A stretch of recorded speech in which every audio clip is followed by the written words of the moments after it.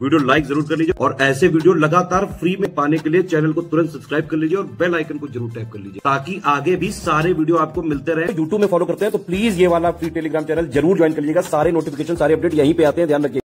वर्ष 2025 में होने वाले अपर पीसीएस प्रीलिम्स एग्जाम के लिए और मेंस एग्जाम के लिए स्टडी फॉर सिविल सर्विस का पेड ग्रुप ऑलरेडी रनिंग है। कई सारे स्टूडेंट्स की डिमांड आई थी कि 2026 के लिए भी अभी से ग्रुप शुरू किया जाए। हम हमेशा ही करीब 10 महीने 12 महीने पहले से जो अगला आने वाला प्रीलिम्स होता है उसका ग्रुप शुरू कर देते हैं, लेकिन काफ़ी सारे स्टूडेंट्स की डिमांड आ रही थी कि 2026 के लिए भी ग्रुप शुरू किया जाए। कुछ लोग अगले साल ग्रेजुएट होने वाले हैं, 2026 के लिए टारगेट कर रहे हैं। कई सारे लोगों ने ग्रुप ज्वाइन भी किया है। ये वाला आप सभी का बहुत बहुत स्वागत है। सबसे पहला और सबसे इंपॉर्टेंट वीडियो है ये आपका स्ट्रैटेजी वीडियो है। इसको शुरू से लेकर आखिर तक पेशेंस के साथ देखिएगा। थोड़ा सा बड़ा हो सकता है लेकिन आपके सारे डाउट्स यहाँ पर क्लियर हो जाने वाले हैं। स्ट्रैटेजी वीडियोस को शुरू से लेकर आखिर तक आपको देख लेना है, जिससे आपको समझ में आए क्या करना है, कैसे करना है, कैसे आपको 2026 के लिए एक लॉन्ग टर्म स्ट्रैटेजी बनानी चाहिए, बेसिक कैसे कवर करना है, कैसे कैसे आगे बढ़ा जाएगा, सब कुछ इसमें बताया जाएगा। 2026 के प्रीलिम्स के लिए पहला ग्रुप है। फर्स्ट ग्रुप वालों को हमेशा ही फ़ायदा मिलता है। मैं आपको एग्जाम्पल के माध्यम से बताता हूँ। जैसे 2025 के लिए जो प्रीलिम्स अभी तक हुआ भी नहीं है, उसके लिए हमारा ग्रुप सबसे पहला वाला शुरू हुआ था जनवरी से, और जनवरी 2025 से नहीं, जनवरी 2024 से शुरू हुआ था। 23 जनवरी 2024 से पहला हमारा ग्रुप शुरू हुआ था। 2025 प्रीलिम्स वाला वो अभी भी रनिंग है। आई रिपीट, ये ग्रुप अभी भी रनिंग है। सबसे पहला ग्रुप जो चल रहा था अभी भी चल रहा है। यहाँ पर करंट अफेयर वगैरह साझा किए जा रहे हैं। पेड क्विज के सपोर्ट के रूप में सारे क्वेश्चंस मिल रहे हैं। डाउट क्लियरेंस अभी भी रनिंग है 2024 में शुरू हुए इस ग्रुप के लिए, 2025 के प्रीलिम्स के लिए। और सारी टेस्ट सीरीज यहाँ पर दी जा रही हैं। जो भी नए ग्रुप को मिल रहा है वो पुराने ग्रुप को भी मिल रहा है। तो जो पहले ग्रुप ज्वाइन करते हैं उनको हमेशा ही फ़ायदा मिलता है। हमारे ग्रुप आगे भी चलते रहेंगे। हर मंथ या हर जो कह सकते हैं 3 मंथ में 2 बार आपको आगे ग्रुप्स देखने को मिलेंगे, लेकिन जो पहला ग्रुप ज्वाइन करते हैं उनको मैक्सिमम बेनिफिट हमेशा ही मिलता है। ठीक है, तो ऐसे ही लॉन्ग टर्म तक ये ग्रुप चलने वाला है। अभी 2025 का भी प्रीलिम्स नहीं हुआ है। 2026 के लिए अभी आपके पास लंबा समय है। इस लंबे समय को बिना गंवाए एक प्रोडक्टिव तैयारी कैसे कर सकते हैं, इसके बारे में पूरी स्ट्रैटेजी रहेगी। और इस बार जो प्रीलिम्स ग्रुप जैसे चलते हैं स्टडी फॉर सिविल सर्विस के, उसके तरीके में भी आमूलचूल परिवर्तन किया गया है। इस कोर्स को इस तरीके से डिज़ाइन किया गया है कि ग्रेजुएशन कंप्लीट करने वाले हर छात्र को सहजता महसूस हो। वो एकदम से ये ना सोचें कि हम किस फील्ड में आ गए हैं या फिर बहुत डिफिकल्ट लग रहा है, कई सारे लोगों को लगता है। तो पहले एकदम बेसिक से, जीरो से शुरुआत करते हुए ABCD जो प्रीलिम्स की है, या फिर कह सकते हैं सिविल सर्विसेज की उत्तर प्रदेश में जो ABCD है, उससे शुरुआत करते हुए एडवांस लेवल तक धीरे धीरे इसको आगे बढ़ाएंगे, जिससे कि 2026 का प्रीलिम्स जब तक आने वाला होगा आप अपने आप को बिल्कुल तैयार महसूस करेंगे। आपको फेज वाइज पूरा स्टडी मटेरियल मिलेगा। अभी बेसिक करना है, बेसिक में क्या क्या करना है, शुरू के 45, 50, 60 दिवस की स्ट्रैटेजी क्या होगी, उसके बारे में बात करेंगे इसी वीडियो में। ये ग्रुप सभी लोग ले सकते हैं। मैं आपको बताऊं, प्रतिदिन आपको 6-7 घंटे यहाँ पे लिखा है, लेकिन शुरुआत में तो इतना नहीं देना है। शुरुआत में 4, 4.5, 5 घंटे भी सफिशिएंट होंगे। जो लोग वर्किंग प्रोफेशनल्स हैं वो भी अपने काम के बाद समय निकाल सकते हैं 4, 4.5 घंटे का। हाउसवाइफ्स भी समय निकाल सकती हैं, और जो रेगुलर स्टूडेंट्स हैं उनको तो लाभ मिलेगा ही। ठीक है, जो नए लोग हैं, खासकर जो नए तैयारी में उतरे हैं, उनके लिए ग्रुप स्पेशली फोकस किया गया है। और कुछ ऐसे भी लोग जिनका कह सकते हैं बेसिक नहीं कवर है। कई सारे लोग तैयारी में कूद जाते हैं, इधर उधर का मार्केट का मटेरियल ले जाते हैं, लेकिन कई बार जो है वो फॉल्स होप में जाते हैं कि उनका प्रीलिम्स हो जाएगा। नहीं हो पाता अनफॉर्चुनेटली। क्यों नहीं हो पा रहा है? क्योंकि बेसिक्स नहीं क्लियर है। कई सारे लोगों का प्रीलिम्स हुआ लेकिन वो मेंस में कुछ नहीं लिख पा रहे हैं। कई सारे लोगों की ये क्वेरी आती है कि सर प्रीलिम्स तो पास कर लिए लेकिन आंसर राइटिंग कर रहे हैं तो कुछ मैटर ही नहीं मिल रहा है, कुछ समझ में नहीं आ रहा है क्या लिखें उस आंसर में, कैसे आगे बढ़ें। तो ऐसी समस्या तब आती है जब आपके बेसिक कवर नहीं होते हैं। बेसिक आच्छादित किए बिना आप जो है कूद जाते हैं परीक्षा में, फिर आप अपने आप को क्लूलेस महसूस करते हैं। तो एकदम बेसिक बुक से आगे बढ़ते हुए यहाँ पर आपको पूरी स्ट्रैटेजी बताएंगे। सबसे पहले स्टडी फॉर सिविल सर्विसेज के 2026 पेड ग्रुप के फीचर्स डिस्कस कर लेते हैं, फिर आगे हम लोग मूव करेंगे मेन स्ट्रैटेजी पर। स्टडी फॉर सिविल सर्विसेज के बारे में आप लोग जानते हैं, हमारा इंस्टीट्यूट 2016 से चल रहा है। जब डिजिटल रिवॉल्यूशन शुरू हुआ था इंडिया में, उत्तर प्रदेश में, तब से ही हमारा ये प्लेटफॉर्म खड़ा हो गया था। पहले रूडिमेंट्री स्टेज में, अब एकदम फुल फ्लेज्ड कह सकते हैं ऑर्गेनाइज्ड तरीके से चल रहा है। कोविड में इतने सारे इंस्टीट्यूट्स बंद हो गए, कई सारे लोगों ने अपना दूसरा काम करना शुरू कर दिया है। स्टडी फॉर सिविल सर्विस वहीं पर खड़ा है और अपने लक्ष्य के साथ कि ज़्यादा से ज़्यादा लोगों का सिलेक्शन हो। जो लक्ष्य 2016 में हमने शुरू किया था डिसाइड करके कि इस लक्ष्य के साथ आगे बढ़ना है इंस्टीट्यूट को, वही लक्ष्य अब भी है। हमने अपने तरीकों में परिवर्तन किया है, अपने आप को अपग्रेड किया, अपने इक्विपमेंट्स को अपग्रेड किया, अपने साथियों को नई स्किल सिखाई है, और नए नए जो चैलेंजेस जो हमको फेस कर रहे हैं यूपीपीएससी के द्वारा जो पेपर बनाए जाएंगे, वो हमारे लिए एक तरीके से चैलेंज होता है। हर साल जो यूपीपीएससी पेपर प्री और मेंस का बनाता है, कोई भी पेपर जिसके लिए हम तैयारी कराते हैं, वो हमारी टीम एज अ चैलेंज लेती है कि किस तरीके से हम अपने मैक्सिमम स्टूडेंट्स को उसमें सिलेक्ट करा पाएँ, उसका कट ऑफ निकलवा पाएँ। ठीक है। तो यही हमारा उद्देश्य रहा है शुरू से कि किस तरीके से जो गिवन सिलेबस है उसकी तैयारी अपने स्टूडेंट्स को कराई जाए, जिससे मैक्सिमम लोग हमारे इंस्टीट्यूट से सिलेक्ट हों। उसके लिए हमने तमाम प्रयास किए हैं। शुरुआत में छोटे स्तर पे होता था, लेकिन अब लगातार इतने सारे स्टूडेंट्स जुड़ते गए, आप लोगों ने विश्वास दिखाया, हमने लगातार मेहनत की, जिससे आपके विश्वास पर हम खरे भी उतर सकें। तमाम लोग सिलेक्ट हो चुके हैं। सिलेक्शन लेने वाले जो प्रीलिम्स के छात्र हैं उनकी संख्या अब लाखों में पहुंच चुकी है। मेंस वाले हज़ारों लोग सिलेक्ट हो चुके हैं। कई सारे लोगों के तो आपने वीडियोस और उनका अनुभव भी सुना होगा हमारे अन्य चैनल्स पर। ठीक है, ये ऐसे ही संभव नहीं हुआ। हमने साल दर साल अपने तरीकों में परिवर्तन किया। इस साल भी आमूलचूल परिवर्तन किया गया है, वो अभी आगे आपको बताएंगे। लेकिन स्टडी फॉर सिविल सर्विसेज जिस भी कोर्स के लिए एडमिशन लेता है, जिस भी कोर्स के लिए कुल मिलाकर हम ओपनिंग मतलब करते हैं, जिस भी कोर्स के लिए एडमिशन लेकर के छात्रों को इनरोल करते हैं, हमारा उद्देश्य रहता है कि मैक्सिमम छात्र सिलेक्ट हों। सभी नहीं हो सकते हैं क्योंकि इतनी तो सीटें भी नहीं कभी होती हैं, लेकिन मैक्सिमम लोग हमारे इंस्टीट्यूट से सिलेक्ट हों, और ऐसा होता रहा है। लगातार सिलेक्शन रेशियो हमारा अपग्रेड हुआ है, जबकि नंबर ऑफ वैकेंसी आप देख रहे होंगे कम होती जा रही हैं। स्टडी फॉर सिविल सर्विस क्यों वर्क करता है, मतलब क्यों जो है दूसरों से आगे है, और क्यों स्टडी फॉर सिविल सर्विस को आपको ज्वाइन करना चाहिए, इसका कारण मैंने लिखा है ये डायग्राम बना करके। सारी चीज़ें सबसे पहली बात एक जगह पर मिल जाती है। एक जगह पर का मतलब है कि आपने टेलीग्राम ग्रुप हमारा ज्वाइन किया, बस आपको ये करना है कि जो भी यहाँ पे दिया जाएगा, जैसे अभी हम बेसिक स्ट्रैटेजी बताएंगे, कुछ दिनों बाद इसी ग्रुप में आगे की स्ट्रैटेजी बताएंगे, किस तरीके से प्रीलिम्स के लिए मूव करना है, कैसे कैसे बेसिक बुक खत्म करने के बाद आपके टेस्ट वगैरह होंगे, बेसिक बुक्स के बाद आपके बेसिक टेस्ट होंगे, उसके बाद एडवांस लेवल की जो सामग्री दी जाएगी आगे उसके टेस्ट होंगे, पेड क्विज कैसे होगी, लगातार करंट अफेयर मिलता जाता है। आपको किसी चीज़ के लिए बाहर वेट करने की ज़रूरत नहीं पड़ती है कि फ़लाँ मैगज़ीन छपेगी तो हम पढ़ेंगे। जैसे कई सारे लोग जो गाइड हैं वो क्या करते हैं कि दूसरे मटेरियल को बता देते हैं कि जब ये मैगज़ीन छपे तो आप ये पढ़ लेना, जब ये वाली बुक आए तो ये पढ़ लेना। इस तरीके से आपकी स्ट्रैटेजीज़ को प्लान कराते हैं। हमारे यहाँ पर ऐसा नहीं है। अगर आप हमारे यहाँ पर इनरोल्ड हुए हैं तो सब कुछ यहीं से मिलता है। यहीं से मतलब स्टडी फॉर सिविल सर्विस के पेड टेलीग्राम ग्रुप से आपको सब कुछ मिलता है, यानी कि प्रीलिम्स का करंट अफेयर मिलता है जो मंथ वाइज आता है, नेशनल इंटरनेशनल करंट अफेयर पूरा उसमें कवर होता है, Uttar Pradesh specific current affair अब मंथ वाइज मिलता है आपको। पिछले एक दो वर्षों से मंथ वाइज अपने उत्तर प्रदेश करंट अफेयर भी देना शुरू किया है। एक मंथ में निश्चित तारीख पर 12 तारीख के करीब आपको मिल जाता है ग्रुप में। करंट अफेयर के अलावा जीएस की पूरी प्रिपरेशन यहाँ पर होगी। शुरुआत बेसिक लेवल पर, फिर प्रीलिम्स ओरिएंटेड लेवल पर, फिर एडवांस लेवल पर टफ क्वेश्चंस के लिए आपको तैयार कराया जाएगा। सारा डेटा सेट जो भी होता है, कई सारे डेटाज आपको तैयार करने पड़ते हैं। जैसे जनगणना भी शुरू हो चुकी है अगली वाली, खैर उसके फैक्ट तो बहुत दिन बाद आने की संभावना है, लेकिन जितना भी डेटा वगैरह होता है, नई रिपोर्ट्स जो आती हैं उसके एसोसिएटेड फैक्ट्स, टाइमली अपडेट्स, सारे जो जरूरी होते हैं वो यहाँ पर मिल जाते हैं आपको। हमारे प्रैक्टिस रिसोर्सेज सबसे इनरिच्ड है। हमने देखा है कि कई सारे लोग भले ही हमारा पेड ग्रुप ना ज्वाइन करें, एकदम लास्ट में एग्जाम आने पर स्टडी फॉर सिविल सर्विसेज की प्रैक्टिस रिसोर्सेज पर मैक्सिमम ट्रस्ट करते हैं। जैसे इस समय आरओ का एग्जाम ही ले लें आप, जो अभी हाल में हुआ था, उसमें सभी ने स्टडी फॉर सिविल सर्विस की टेस्ट सीरीज परचेज की थी, चाहे लीगल माध्यम से चाहे लीगल माध्यम से। और इसका कारण भी है, स्टडी फॉर सिविल सर्विस की टेस्ट सीरीज सबसे ज़्यादा एग्जाम ओरिएंटेड होती है। हमारा टेस्ट सीरीज का डिपार्टमेंट है, पूरा नई टेस्ट सीरीज बनाई जाती है, जबकि दूसरों के यहाँ क्या है, टाइपिस्टों की टीम होती है, वो पुराने सवालों को लेकर के तोड़ मरोड़ करके ऑप्शन ऊपर नीचे दाएं बाएं करके देते हैं, जिससे खास लाभ नहीं मिल पाता है आपको। हमारी टेस्ट सीरीज टीम इस तरीके से टेस्ट ड्राफ्ट करती है, जैसे आयोग में आयोग का जो पैनल होता होगा, अब ये प्रक्रिया तो ट्रांसपेरेंट है नहीं जो हम बता पाएँ, लेकिन आयोग जिस तरीके से अपना काम करता होगा हमारे हिसाब से, जो एग्जामिनर्स का पैनल होगा वो अपने अपने क्वेश्चन ड्राफ्ट करते होंगे, वैसे ही हमारा टेस्ट सीरीज डिपार्टमेंट नए क्वेश्चन ड्राफ्ट करता है हमेशा ही।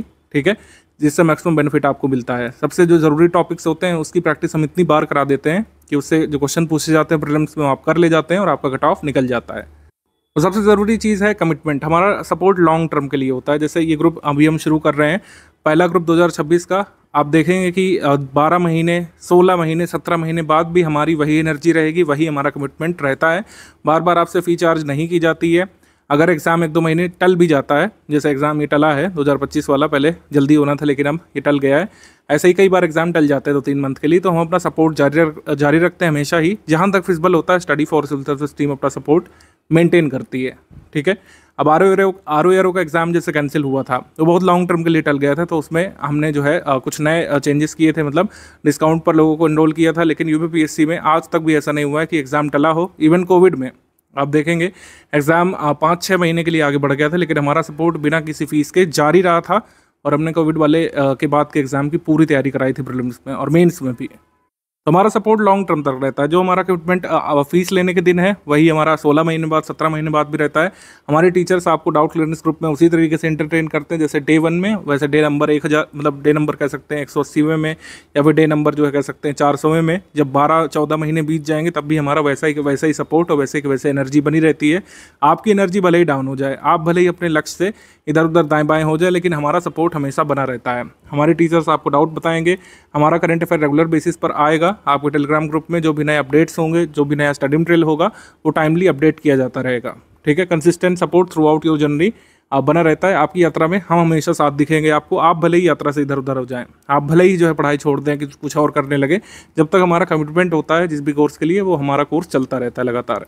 ठीक है, तो इसी तरीके से 2016 से हम लोग चला रहे हैं। साल दर साल जो एग्ज़ाम की डिमांड होती है उसको पूरा करने के लिए minor changes here and there पूरे कोर्स में किए जाते हैं, लेकिन हमारा मॉडल वही है कि कमिटमेंट रहेगा। जो भी कमिटमेंट किया गया है उसको पूरा किया जाएगा और पूरा प्रयास हमारी टीम करेगी कि आपका कट ऑफ निकले। अगर आप पढ़ेंगे, हमारा पढ़ाया हुआ एग्ज़ाम में आता है, आपका कट ऑफ ज़रूर निकलेगा। हम लगातार प्रयास करेंगे, आप लगातार पढ़ते जाइए तो कट ऑफ ज़रूर निकलेगा। तो जैसे ही हमने आपको बताया वो यहाँ पर लिखा भी हुआ है, वन स्टॉप डेस्टिनेशन के फॉर्म में रहेगा। कंप्लीट स्टडी मटेरियल आपको मिलेगा। Prelims oriented recorded video lectures बाद में मिलेंगे, टेस्ट सीरीज मिलेगी, प्रीलिम्स ओरिएंटेड कुछ नोट्स भी मिलेंगे आगे चल करके, पीवाईक्यू कंपाइलेशन मिलेगा। सिर्फ यहीं पर जो पीवाईक्यू कंपाइलेशन मिलेगा वही पढ़ना पड़ेगा बाहर से, बल्कि पीवाईक्यू कंपाइलेशन हम लोग नहीं देते हैं, कभी ना रिकमेंड करते हैं, ना बाहरी कोई मैगजीन रिकमेंड करते हैं। मंथली करंट अफेयर आपको मिल जाता है, कैसे कैसे मिलेगा अभी बता रहे हैं। मंथली लाइव डिस्कशन ये फीचर है, ये हमने 2025 से शुरू किया था। मंथली लाइव डिस्कशन में क्या होता है कि 2026 के अगर आप फुल पेड ग्रुप में हैं तो आपके डाउट क्लियरेंस वाले ग्रुप में एक अप्रोप्रिएट टाइम पर, जनरली 40 दिन या 35 दिन के अंतराल में, हम लोग एक लाइव डिस्कशन सेशन करते हैं। वो ऑडियो के माध्यम से होता है। ठीक है, टेलीग्राम में ऑडियो सेशन हम लोग करते हैं, लाइव होता है वो, मतलब लाइव आकर के टीचर आपके डाउट्स जो है सुनेंगे, उसको बताएंगे। आप जो है मतलब लाइव आकर के अपने डाउट पूछ सकते हैं और टीचर से डिस्कस कर सकते हैं क्या चीज़ आपको नहीं समझ में आ रही है। ठीक है, बुक से पढ़ाई नहीं समझ में आ रही है, क्या अप्रोच रखनी चाहिए एग्ज़ाम के लिए, वो समझ नहीं पा रहे हैं, आप कोई ऐसा डाउट पूछना चाहते हैं जो लाइव आकर के ही पूछा जा सकता है, तो आप पूछ सकते हैं। ठीक है, यूपीपीएससी स्पेसिफिक, सिलेबस स्पेसिफिक और बेसिकली प्रीलिम्स ओरिएंटेड चर्चा यहाँ पर होती है। यूपीपीएससी स्पेसिफिक ये 35-40 दिवस में एक बार होता है। जब भी होना होता है हमारे टीचर आपको नोटिफाई कर देंगे और आप जो है अपने टेलीग्राम ग्रुप में इसको ज्वाइन कर सकते हैं और अपने डाउट जो है डिस्कस कर सकते हैं। इसमें पार्ट लेना कंपलसरी नहीं है, यानी कि ये कोर्स का कोई ऐसा भाग नहीं जो आपसे छूट गया या फिर आप नहीं ज्वाइन कर पाए तो आपका कोई नुकसान होगा, ऐसा नहीं है। जो लोग ज्वाइन करना चाहते हैं, जिनके डाउट है, वो यहाँ पे पूछ सकते हैं। अदरवाइज जो डाउट क्लियरेंस वाला ग्रुप है जिसमें आप अपने कोर्स स्पेसिफिक डाउट पूछेंगे, वो तो टाइमली चलता ही रहता है। डेली जो है 15-16 घंटे वो चलता है। आप सुबह से लेकर रात तक अपने डाउट पूछ सकते हैं। अगर लेट नाइट डाउट पूछते हैं तब भी हमारी टीम रिप्लाई करती है कई बार। अगर 2 बजे के बाद डाउट पूछेंगे रात में तो नेक्स्ट मॉर्निंग आपको ग्रुप शुरू होते ही डाउट का रिड्रेसल मिल जाता है, आपका जवाब टाइमली मिल जाता है। इस पीडीएफ को अच्छे से देख लीजिएगा कुल मिला करके। इस पीडीएफ को डाल भी देंगे आपके टेलीग्राम ग्रुप में, पिन कर देंगे। इसमें टाइम प्लान लगा हुआ है, किस तरीके से बेसिक तैयारी करनी है, किस दिन कौन सा चैप्टर कितने घंटे पढ़ना है। इस बार ये व्यवस्था भी हमने कर दी है। पहले हम लोग ये नहीं करते थे, चैप्टर वाइज नहीं बताते थे, बुक वाइज बताते थे, लेकिन इस बार चैप्टर वाइज डेली कितने चैप्टर, कितने घंटे, कितने चैप्टर, पूरा यहाँ पर टाइम प्लान हमने बनाया है, जिससे बेसिक प्रिपरेशन आप शुरू में करें। एकदम जो ABCD से शुरुआत करना चाहते हैं उनको काफ़ी बेनिफिट इसमें मिलने वाला है कि डेली बेसिस पर 45 से 60 दिवस का जो प्लान है 2 महीने का। ठीक है, अगर आप में कैलिबर है तो 1.5 महीने में भी इसको कर सकते हैं, 45 दिवस में। अगर थोड़ा टाइम लेना चाहते हैं 60 दिवस में इसको कंप्लीट कर सकते हैं। फिर आपके इसी स्टडी मटेरियल पर, इसी पढ़े हुए बेसिक पर आपके टेस्ट होंगे, जिससे आप अपनी प्रिपरेशन चेक करेंगे। स्टेज वाइज चलते जाना है। शुरू का जो पहला 2 महीना होगा वो बेसिक पढ़ाई के लिए है। फिर आगे आपके टेस्ट होते रहेंगे करीब 1 महीने तक, बेसिक के 1-1.5 महीने तक टेस्ट होंगे, एवेल्युएशन आप करिए, उसके बाद आगे की स्ट्रैटेजी बताई जाएगी। अभी बेसिक का ही हम बताएंगे। ओवरऑल आपको आइडिया हमने दे दिया है कि पहले जैसे बेसिक होगा, फिर प्रीलिम्स ओरिएंटेड मटेरियल होगा, फिर पीवाईक्यू कंपाइलेशन मिलेगा और रिकॉर्डेड वीडियो लेक्चर मिलेंगे। उसको देखना है आपको, उससे तैयार करना है। प्रैक्टिस शुरू हो जाएगी। प्रैक्टिस अभी तुरंत नहीं शुरू कर रहे हैं क्योंकि अभी काफ़ी टाइम है हमारे पास। प्रैक्टिस जो है पेड क्विज के माध्यम से शुरू होगी, पेड क्विज से, और टेस्ट सीरीज़ वगैरह भी मिलेगी। ये बेसिक टेस्ट सीरीज़ के अलावा बेसिक टेस्ट सीरीज़ अलग है, और जो advance prelims oriented test series है जिससे कई बार क्वेश्चन आ जाते हैं डायरेक्टली एग्जाम में, वो टेस्ट सीरीज़ अलग है। तो काफ़ी सारे टेस्ट यहाँ पर करवाएंगे आपको, आप अपनी प्रिपरेशन जो है अच्छे से एवेलुएट कर सकेंगे टेस्ट सीरीज़ लगाने के बाद। टेस्ट सीरीज़ 2 चरण में होगी। पहला बेसिक जो फेज़ है, बेसिक पढ़ने के बाद जो आपको टेस्ट देना है वो अलग है, बेसिक टेस्ट है, और फिर जो है एडवांस लेवल के प्रीलिम्स ओरिएंटेड टेस्ट हैं, प्रीलिम्स वाले। और पेड क्विज शुरू हो जाएगी। उसमें रेगुलर बेसिस पर पूरे सिलेबस के मोस्ट इंपॉर्टेंट फैक्ट्स और क्वेश्चन रिवाइज कराए जाते हैं, उसको आप अटेम्प्ट करते रहते हैं, वो अलग है। जो लोग भी पेमेंट वगैरह कर चुके हैं, आपको दिख रहा होगा कि करीब आपको 3 ग्रुप में जोड़ा गया है। 3 मेजर ग्रुप हैं। सबसे पहला स्टडी मटेरियल वाला ग्रुप है, जिसमें सारा स्टडी मटेरियल अभी तक का जो आपको स्टडी करना है, बेसिक्स जैसे दिया गया है, बेसिक बुक्स वगैरह अभी यही दिया गया होगा, और कुछ चीज़ें बेसिक बुक्स वगैरह दिख रही होगी आपको इसमें, और टाइम प्लान वगैरह दिख रहा होगा। ये पेड स्टडी मटेरियल वाला ग्रुप है, ठीक है। डाउट क्लियरेंस वाला ग्रुप है, जिसमें आपको जोड़ा गया होगा, उसमें आप डाउट पूछ सकते हैं टीचर से डायरेक्टली, अपने लिख करके पूछ सकते हैं इसमें। और इसी डाउट क्लियरेंस वाले ग्रुप में लाइव सेशन भी होगा एक निश्चित अंतराल पर।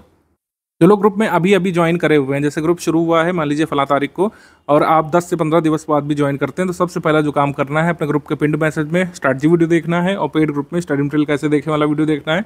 इससे आप सब कुछ समझ पाएंगे। अब जिसके लिए आप लोग कई मतलब कह सकते हैं मिनट से स्ट्रैटेजी वीडियो में रुके हुए हैं, वेट कर रहे हैं, वो ये है कि शुरुआत कैसे करें। हम ग्रुप में सर आ गए, कैसे पढ़ाई शुरुआत कर दें। तो ये 45 दिवस का जो बेसिक टाइम प्लान है वो ये है। इसमें हम ये वाले सब्जेक्ट कवर करने वाले हैं। इकोनॉमी के लिए बाद बताया जाएगा, ठीक है, अर्थव्यवस्था के लिए, क्योंकि इसमें 2 तरीके से प्रिपरेशन होती है, एक होती है स्टैटिक की और एक होती है करंट ओरिएंटेड की। इसका बता दिया जाएगा बाद में। शुरुआत में जो बेसिक बड़े बड़े सब्जेक्ट हैं, जिससे ज़्यादा क्वेश्चन आपके एग्जाम में आते हैं, जैसे इतिहास में भी ancient history, medieval history, modern history, ठीक है, पॉलिटी राज्य व्यवस्था, भूगोल, ठीक है, भूगोल में जिसमें इंडियन ज्योग्राफी भी शामिल है, वर्ल्ड ज्योग्राफी भी शामिल है, मानव भूगोल, इकोनॉमिक ज्योग्राफी भी शामिल है, और फिर सामान्य विज्ञान। ये बड़े बड़े जो सब्जेक्ट हैं, एनवायरनमेंट भी ले लीजिए इसमें, ठीक है। तो ये बड़े बड़े सब्जेक्ट कंप्लीट करना जरूरी है। अब छोटे सब्जेक्ट, जैसे कुछ लोग पूछे तो कौन होते हैं भाई छोटे सब्जेक्ट, हम लोग मानते हैं जैसे यूपी जीके, ये छोटा सब्जेक्ट हो गया। आर्ट एंड कल्चर, प्रीलिम्स में आर्ट कल्चर से बहुत कम ही सवाल आते हैं, तो आर्ट कल्चर ये छोटा सब्जेक्ट हो गया। गवर्नमेंट स्कीम वगैरह है, ये सब हम छोटे सब्जेक्ट के रूप में रखते हैं, यानी कि इनको कंप्लीट किया जा सकता है, इनका पोर्शन कम होता है, ठीक है। तो ये वाले सब्जेक्ट कंप्लीट करना है पहले। आप जीएस की तैयारी इन्हीं सब्जेक्ट से आगे बढ़ाएंगे तभी मैक्सिमम बेनिफिट होता है, क्योंकि प्राचीन भारत का इतिहास, मध्यकालीन इतिहास, आधुनिक इतिहास, कुल मिलाकर ये पूरा इतिहास वाला जो पोर्शन है सबसे ज़्यादा हॉन्टिंग है स्टूडेंट्स के लिए। जो नए नए प्रिपरेशन करने आते हैं, मैंने देखा है कई बार, उनको अगर सही गाइडेंस नहीं मिलता है, वो इतिहास की किताबें देख करके ही बैक ऑफ कर जाते हैं कई बार, कि सर इतना सब कुछ कैसे याद होगा, ये तो बहुत सारा है, और ये तो बेसिक इतना जा रहा है, तो आगे कितना होगा। अगर इतिहास इतना है तो भूगोल कितना कितना होगा, सामान्य विज्ञान कितना कितना होगा। कई बार लोगों के लिए हॉन्टिंग होता है, लेकिन कोई चिंता वाली बात नहीं है। अगर आप ये टाइम प्लान फॉलो करेंगे, सब कुछ आसान लगने लगेगा। थोड़ा सा शुरू में आपको बर्डन महसूस हो सकता है, लेकिन अगर टाइम प्लान के ये वाले फेज से आप गुजर गए बेसिक वाले से, बाद में चीज़ें बहुत आसान हो जाएंगी, प्रीलिम्स के लिए और मेंस के लिए भी। तो शुरुआत में इन सारे सब्जेक्ट की कुछ बेसिक किताबें हम रिकमेंड करेंगे। उसकी एक फेज्ड रीडिंग आपको करनी है, सिस्टमैटिक रीडिंग करनी है, स्ट्रक्चर्ड रीडिंग करनी है। उसके बाद आपके टेस्ट होंगे। ये वाला फेज से अगर आप गुजर गए, तो बाकी जो स्टडी मटेरियल मिलने वाला है आपको प्रीलिम्स वाले ग्रुप में, जिन लोगों ने मेंस का ज्वाइन किया होगा मेंस वाले ग्रुप में, तब आपकी राह बहुत आसान हो जाएगी। हमारी कुछ बेसिक बुक्स हैं और समरी पीडीएफ है, जिनका अध्ययन शुरू में आपको करना है। ये डे वाइज हमने लगा दिया है। इसमें देखिए हमने तारीख नहीं डाली है। तारीख हमेशा ही आपका कह सकते हैं डामाडोल कर देती कॉन्फिडेंस, क्योंकि तारीख में फिर टाइम बाउंड हो जाता है। इसमें हमने तारीख नहीं डाली, इसमें डे डाला है। किसी भी दिन से आप शुरू कर सकते हैं। हमारा ग्रुप शुरू हुआ है आज, और हो सकता है आप 10-15 दिवस बाद ज्वाइन करें, तब आपके लिए डे 1 उस तारीख से शुरू होगा जिस तारीख से आप टाइम प्लान फॉलो करना शुरू करेंगे। तो डे 1 में क्या क्या पढ़ना है भाई, जैसे डे 1 में हमने आपको दे दिया है चैप्टर 1 ऐतिहासिक पृष्ठभूमि, ये एम लक्ष्मीकांत से स्टडी करना है। फिर types of sources and historical construction, ancient history R S Sharma वाली बुक से। एंशिएंट हिस्ट्री की समरी के 5 पेजेस से पढ़ने हैं। अभी पहला काम करना है डे 1 में। फिर डे 2 में क्या है भाई, ऐसे डे 3 में, डे 5 में सब कुछ दिया हुआ है क्या क्या पढ़ना है। मतलब ये इस तरीके से अरेंज किया गया है कि आपके ये 45वें दिवस तक ये बुक्स कंप्लीट हो जाएंगी। हमारी समरी और हमारी जो बेसिक बुक्स हैं हिस्ट्री वाली, वो कंप्लीट हो जाएगी। लक्ष्मीकांत थोड़ा सा बच जाएगा, उसको आप बाद में कवर कर सकते हैं 15 दिन एक्स्ट्रा ले करके। लक्ष्मीकांत के मोस्ट इंपॉर्टेंट जो चैप्टर है, जो आपको पढ़ना ही चाहिए यूपीपीएससी के लिए, वो इसमें कवर हो जाएंगे। मॉडर्न हिस्ट्री की, मेडिवल हिस्ट्री की और एंशिएंट हिस्ट्री की बुक खत्म हो चुकेगी। हमारी सारी समरी फिनिश हो चुकी होंगी, और एनसीईआरटी की जितनी भी ज्योग्राफी है वो फिनिश हो चुकी होगी, ठीक है। तो एनसीईआरटी की ज्योग्राफी, साइंस का जो मटेरियल है, साइंस की हमारी समरी, वो इसमें फिनिश हो चुकी होगी। जितनी भी बेसिक बुक हैं 45 दिवस तक फिनिश हो चुकी होंगी अगर आप इस तरीके से फेज्ड वाइज रीडिंग करेंगे तो। अब आपको लग रहा होगा कि सर ये तो कोई भी कर सकता था, कोई भी बंदा टाइम प्लान बना सकता था, चैट जीपीटी से हम कह देते थे, प्रॉम्प्ट दे देते तब भी बन जाता है। इसका महत्व क्या है? इसका महत्व ये है कि अगर आप हमारे ग्रुप में आकर के ये 45 दिवस फेस वाइज स्टडी करेंगे बेसिक बुक्स की, आगे की राह बहुत आसान हो जाने वाली है। आगे फिर ये नहीं लगेगा कि सर ये मेंस का सिलेबस नहीं समझ में आ रहा है, सर ये आंसर राइटिंग नहीं समझ में आ रही है, इसमें क्या चीज़ है, आर्ट कल्चर में क्या क्या आता है, जो कह सकते हैं मॉडर्न इंडिया वाला टॉपिक है, कहाँ से शुरू होता है, कहाँ खत्म होता है। ये जो छोटे छोटे डाउट्स रह जाते हैं लोगों के इतना सब कुछ पढ़ने के बाद भी, वो नहीं रहेंगे। पर प्रीलिम्स के बाद आप मेंस का जब स्टडी मटेरियल उठाएंगे, स्टडी फॉर सिविल का फैमिलियर लगेगा, स्मरण करना आसान रहेगा, आत्मसात करना आसान रहेगा, आंसर राइटिंग की शुरुआत करना आसान रहेगा। और सिर्फ इतना ही नहीं है कि टाइम प्लान बन गया है, 45 से 60 दिवस तक ये फॉलो करने के बाद आपके बेसिक टेस्ट भी होंगे, बेसिक टेस्ट होंगे, जिससे आप ये कंफर्म कर पाएंगे कि जो आपने 45 दिवस दिए वो कितने फ्रूटफुल रहे, आप क्वेश्चन कर पा रहे हैं कि नहीं। क्योंकि जो टेस्ट होंगे बेसिक वाले इसी स्टडी मटेरियल पर आधारित रहेंगे। जो आपने 45 दिवस तक कंप्लीट किया इसी स्टडी मटेरियल पर आधारित रहेंगे ये अगले बेसिक टेस्ट। ठीक है, हर 5 दिवस में 7 दिवस में एक मतलब हम लोग इस तरीके से प्लान आगे साझा कर देंगे आपको 45 दिवस खत्म होने के बाद, कि हर 5वें दिवस, 5 से 6 दिवस, एवरी 5th और 6th डे आपका टेस्ट होगा एक फेज्ड मैनर में। ठीक है, टेस्ट होगा, आप उसका एवेल्यूएशन करेंगे और पता लगाएंगे कि आपने जो भी पढ़ा बेसिक बुक उससे आप कितने क्वेश्चन अटेम्प्ट कर पा रहे हैं। उसको ग्रुप में डिस्कस कर सकते हैं। इसके लिए लाइव सेशन भी हम लोग करेंगे जिसमें आप अपना स्कोर डिस्कस कर सकते हैं और आगे की राह हम लोग बताएंगे आपको। अच्छा, एक चीज़ और है कि 45 दिवस का हमने बनाया है, एक एवरेज स्टूडेंट के हिसाब से मैंने बनाया है इसको। लेकिन अगर किसी को लगता है कि वो स्लो रीडर है, उसको थोड़ा और समय लगता है, तो आप इसको 60 या 65 दिवस तक भी ले जा सकते हैं। कोशिश करिए कि इससे आगे नहीं बढ़ाइएगा। मेरे हिसाब से डेली अगर 3 घंटे भी देंगे मुश्किल से, तब भी 60 दिवस में, 62 दिवस में कंप्लीट किया जा सकता है। अगर 4.5 घंटे तक देंगे तो 45 दिवस में ये पूरा कंप्लीट किया जा सकता है। अब ये रीडिंग करना बहुत ज़रूरी है। जैसे आजकल ये रील वाली दुनिया है, लोग बुक्स से हटते जा रहे हैं, लेकिन जो सिविल सर्विसेज के स्टूडेंट्स हैं उन्हें बुक्स का महत्व समझना पड़ेगा। बिना बुक्स के देखिए हो नहीं पाएगा। अब जैसे कुछ लोग पूछेंगे कि सर बुक्स से नहीं आ रहा है, कि बात सच है। एनसीईआरटी की सारी बुक आप पढ़ डालिए तब भी यूपीएससी के 10-15 से ज़्यादा क्वेश्चन नहीं कर पाएंगे, और 10-15 क्वेश्चन से कट ऑफ निकलता नहीं है। लेकिन इसका महत्व हमेशा ही रहता है। जो आगे मटेरियल हम लोग देंगे जो फैक्ट ओरिएंटेड होगा, जिसमें कई सारे फैक्ट होंगे, कौन सा मिनरल कहाँ पे पाया जाता है देंगे, कौन सी पहाड़ी कहाँ पे है, कई सारे वर्ल्ड ज्योग्राफी के इतने सारे फैक्ट हम लोग जो देंगे उसको याद करना आसान हो जाता है। जिन लोगों के बेसिक कवर होते हैं उनका एक ऐसा इंस्टिंक्ट डेवलप होता है कि कई बार जो उनको उत्तर नहीं पता होता है उसका भी सही उत्तर निकाल ले जाते हैं वो लोग एग्जाम में। वो इंस्टिंक्ट आपका तभी डेवलप होगा जब ये आप सबसे कठिन वाले फेज से गुजरेंगे। फ़ोन रख करके, रीलों से ध्यान हटा करके अगर ये बेसिक वाला आपने कवर कर लिया, जो लोग सीरियस स्टूडेंट है वो मेरी बात समझ रहे होंगे, अगर ये बेसिक वाला फेज़ आपने कवर कर लिया तो आगे के सारे फेज़ बहुत आसान हो जाने वाले हैं। स्टडी शेड्यूल के बाद आपके वीकली टेस्ट शुरू हो जाएंगे, उस पर ध्यान केंद्रित आपको करना पड़ेगा। स्टडी शेड्यूल खत्म होने के तुरंत बाद आप टेस्ट देंगे तो फिर से मतलब रिवीजन करने की ज़रूरत नहीं पड़ेगी। टेस्ट देते देते आपको समझ में आ जाएगा कि कितना आप लोग पढ़ पाएँ और कितना यहाँ पे दोबारा रिवाइज करने की ज़रूरत होगी। लक्ष्मीकांत की पूरी बुक में से क्वेश्चंस रहेंगे, मोस्ट इंपॉर्टेंट टॉपिक शेड्यूल में शामिल कर दिए हैं। धीरे धीरे लक्ष्मीकांत को पूरा खत्म करने की कोशिश कर रहे हैं आपको 45 दिवस के बाद तक। अभी तक जो हमारे पेड ग्रुप शुरू हुए थे उसमें यही प्लान आपको बताया गया था, लेकिन कई सारे लोगों की अलग से डिमांड आई थी कि सर हम बिल्कुल भी बेसिक बुक से शुरुआत नहीं कर सकते हैं, हमें वीडियो लेक्चर्स के माध्यम से एक एक पॉइंट पढ़ करके समझाया जाए, स्क्रीन रिकॉर्डिंग के माध्यम से, कुल मिलाकर MP4 वीडियो लेक्चर के माध्यम से इसको समझाया जाए। कई सारे लोगों की डिमांड थी, तो हमने बेसिक बुक को पढ़ाते हुए वीडियो लेक्चर्स देना शुरू कर दिया अपने पेड ग्रुप में। शुरुआत के ग्रुप में फीचर नहीं था, लेकिन उस ग्रुप में फीचर जोड़ा गया, तो आपके ग्रुप में भी ये फीचर रहेगा। बेसिक बुक के वीडियो लेक्चर भी मिलेंगे और जिन पर वीडियो लेक्चर रिकॉर्ड किया जाएगा वो PPT PDF में कन्वर्ट करके भी आपको मिलेगी, PPT इंटू PDF फॉर्मेट में। तो इस तरीके से आपकी राह और भी आसान हो जाने वाली है, कोई भी दिक्कत नहीं रहेगी अब तो। लक्ष्मीकांत समझने में जिन लोगों को दिक्कत है, तो पॉलिटी के लिए जो है अभी शुरुआत में बेसिक हम लोग देंगे आपको। पॉलिटी लक्ष्मीकांत पढ़ने से पहले आपको पॉलिटी NCERT के वीडियो लेक्चर मिल जाएंगे। उसको पढ़ने के बाद, उससे समझने के बाद पॉलिटी लक्ष्मीकांत और भी आसान हो जाएगी। भले ही 45 दिवस में आप पूरा ना कर पाएँ, लेकिन अगर पहले वीडियो लेक्चर से आएंगे, वीडियो लेक्चर पढ़ते हुए आएंगे, बेसिक से पढ़ते हुए, तब बेसिक बुक की रीडिंग आसान हो जाएगी, लक्ष्मीकांत की रीडिंग आसान हो जाएगी। तो ये मैं बाद में हिस्सा रिकॉर्ड कर रहा हूँ कि आपके जो रीडिंग टाइम प्लान में जो वीडियो लेक्चर हैं वो भी इंक्लूड कर दिए गए हैं।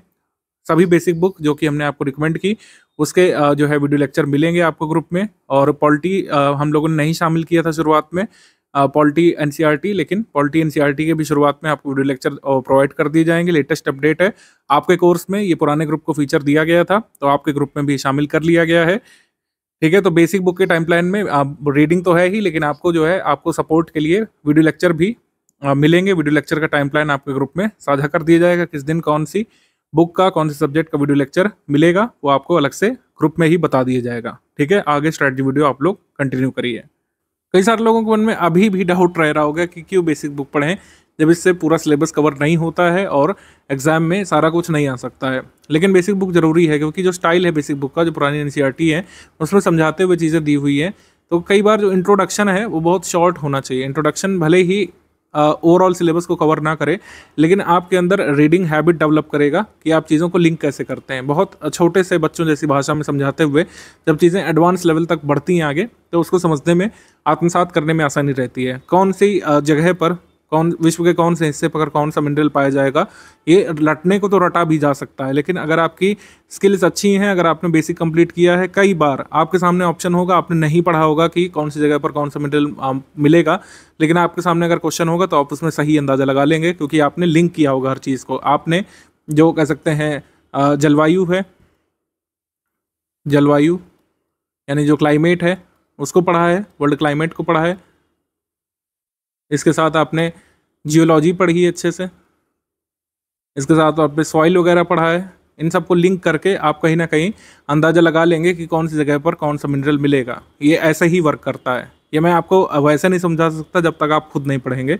अगर आपने पढ़ी हैं हिस्ट्री की सारी बुक्स, कई बार आप कठिन से कठिन क्वेश्चन भी सही कर ले जाएंगे बिना पूरा फैक्ट पता हुए। अब जैसे पूछेंगे कि किस राजा का कौन सा पुत्र था, वो तो नहीं कर पाएंगे, लेकिन कई बार कठिन वाला सवाल जैसे प्रशासनिक व्यवस्था के बारे में पूछा जाता है, या फिर चीज़ों को लिंक करके पूछा जाता है हिस्ट्री में, प्रथाओं के बारे में, सामाजिक प्रथाओं के बारे में, आप उसको आंसर कर ले जाएंगे। अभी भी कुछ क्वेश्चन हैं जो एनसीईआरटी से डायरेक्टली हो सकते हैं, सरप्राइजिंगली आपको शायद ना पता हो। मैंने पूरी एक लिस्ट बनाई थी इस वीडियो को बनाने से पहले, पिछले 4-5 वर्षों के पेपर को देखते हुए, कि कौन कौन से क्वेश्चन डायरेक्टली अभी भी एनसीईआरटी से किए जा सकते हैं। पिछले करीब 4 साल के पेपर को एनालाइज मैंने किया था और इन क्वेश्चंस की लिस्ट बनाई थी जो डायरेक्टली अभी भी एनसीईआरटी बुक्स पढ़ करके किए जा सकते हैं। ठीक है, जैसे ये वाला आप सवाल ले लीजिए, कौन सी हिमालयन पर्वत श्रेणी में स्थित नहीं है।